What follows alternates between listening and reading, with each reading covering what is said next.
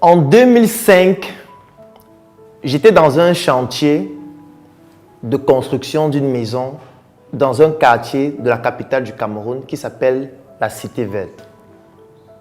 Et dans ce chantier, une fois par jour, aux environs de 13 heures, c'était l'heure de la pause. C'était dans l'heure durant laquelle il était question d'aller manger un peu, boire et revenir 1 heure de temps après pour continuer de travailler.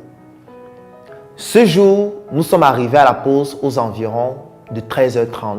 J'étais avec 4 autres amis et nous arrivons donc dans une petite buvette qui était à côté du chantier où on vendait de la nourriture, de la boisson et de la bière.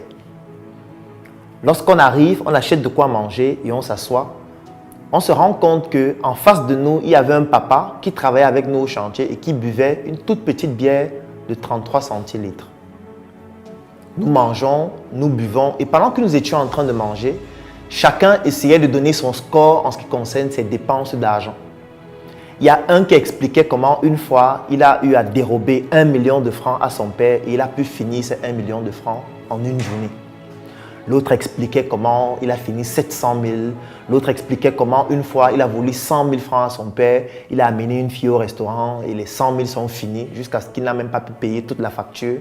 Et pendant qu'on était en train de parler, d'expliquer ces cas, le papa était en face de nous. Il nous regardait posément en buvant sa petite bière. On a mis pratiquement 1 heure de temps là-bas. Nous avons dépensé près de 40 000 francs.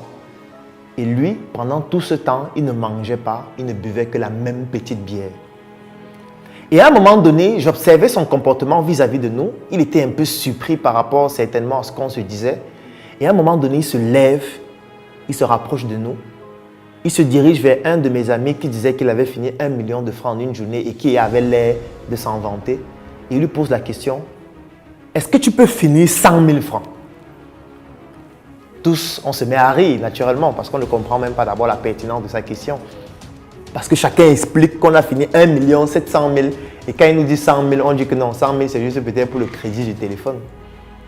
Après, il repose la question une deuxième fois. Est-ce que tu peux finir 10 000 francs? Là, on ne comprend rien. Et après, il décide de reformuler la question. Est-ce que tu peux creuser la terre de 10 000 francs jusqu'à ce qu'on te paye et tu prends l'argent, tu mets le crédit dans ton téléphone? Et à partir de cet instant, nous avons compris où est-ce qu'il voulait en venir. Parce qu'en réalité, dans ce chantier, ce père touchait 1 500 francs par journée de travail.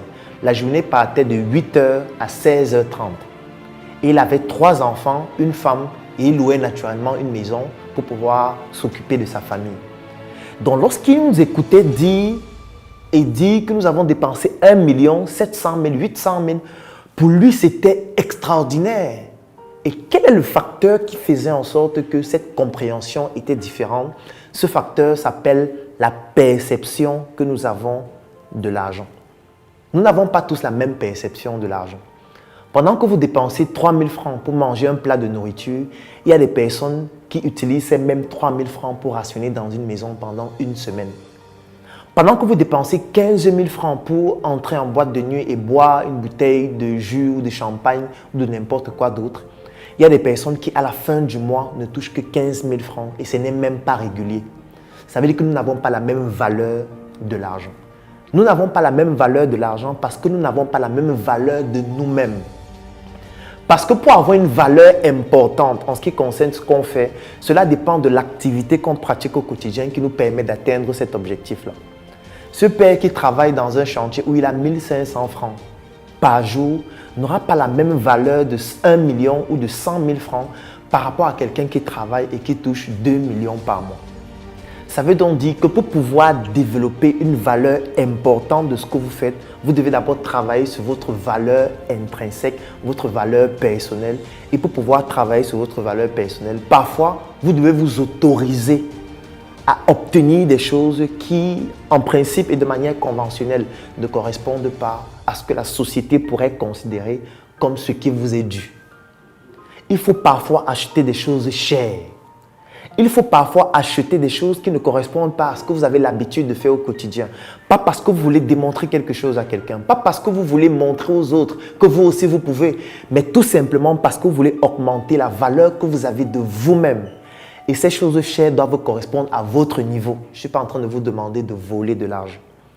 Il est important de travailler sur la valeur que vous avez de vous-même. Il est important de vous autoriser à rêver parce que ce n'est pas payant. Rêvez que vous pouvez devenir le plus talentueux de votre secteur d'activité. Rêvez que vous pouvez gagner 10 millions par mois. Rêvez que vous pouvez commencer à voyager, faire le tour du monde. Oui, autorisez-vous des rêves audacieux parce que ces rêves vont structurer la valeur que vous avez de vous-même et de facto la valeur que vous avez entre vous et tout ce que vous utilisez comme l'argent, comme les biens matériels et comme votre entourage. Pour mieux valoriser ce que vous faites, vous devez d'abord vous valoriser vous-même. Vous devez comprendre ce que vous représentez. Parce que parfois, vous avez un talent inouï. Et lorsqu'on vous demande combien coûtent vos prestations, vous fixez toujours un prix qui ne correspond pas à la réelle valeur de vos prestations. Parce qu'en réalité, vous n'avez pas une grande valeur de vous-même. Et vous ne maîtrisez pas exactement ce que vous faites au quotidien. Travaillez sur la valeur que vous avez de vous-même. Travaillez sur la valeur que vous avez des activités que vous menez au quotidien. Travaillez à améliorer la valeur perçue et réelle de tout ce que vous prodiguez comme service et comme produit au quotidien.